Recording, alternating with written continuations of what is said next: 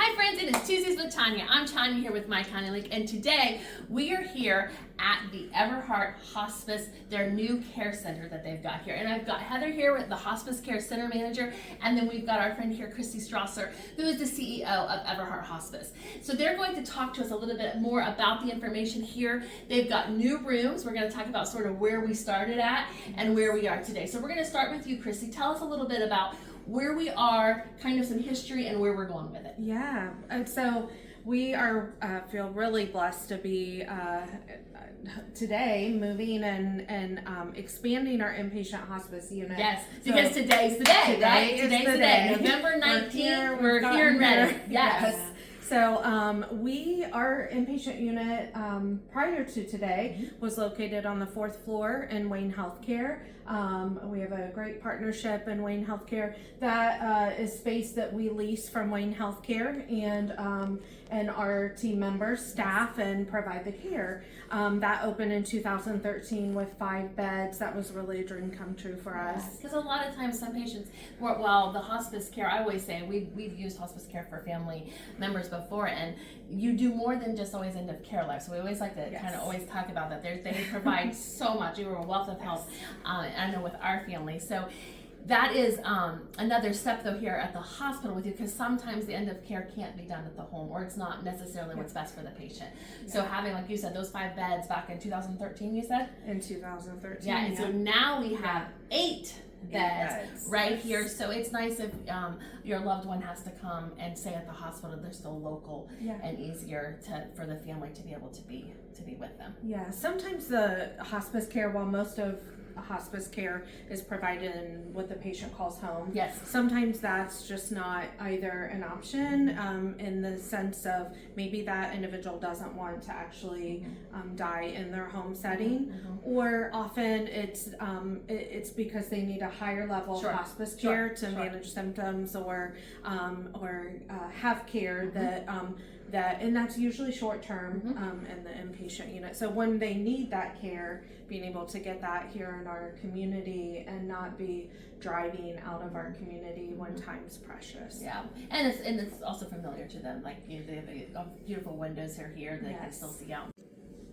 Okay, so now Heather, tell us a little bit about your role here in this unit, and then we're going to kind of walk through the room with you. Okay, so I am the manager here at the care center, so I take care of everything that needs to happen on a day-to-day basis, help with families, patients, care, all that good stuff, and just help keep that unit running.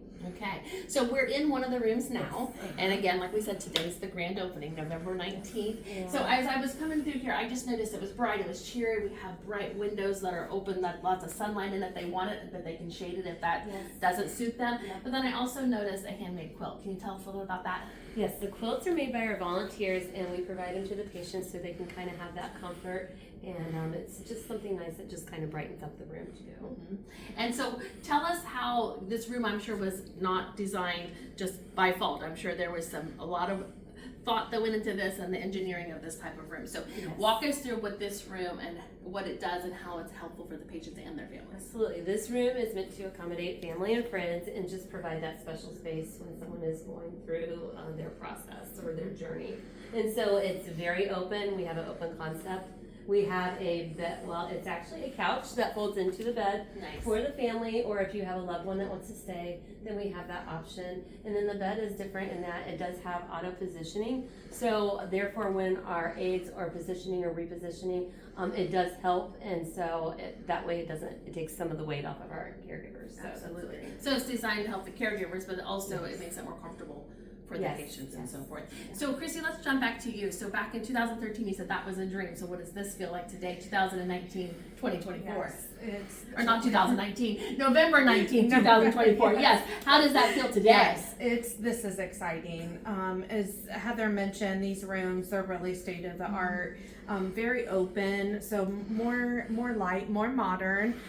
One thing we should mention, in our current unit, we don't have private bathrooms. Okay. So it's a really big deal in this unit. We've got private bathroom and shower that's available. Which is also. nice. So just more space and and more, again, the time that our families and patients spend in these rooms is precious and important. And so we're really excited to really offer this space. Yeah, because yes, we know it's at a hospital setting. Yes. However, I think you've done a great job trying to make it as homey as possible, so it doesn't seem, I'll say, sterile as some rooms can be, right? So it makes it more homey that way. So coming alongside of Everheart Hospice, what can we as a community do for you all? Is there things that we can help volunteer-wise? Is there things that we can come alongside that the community could help with this?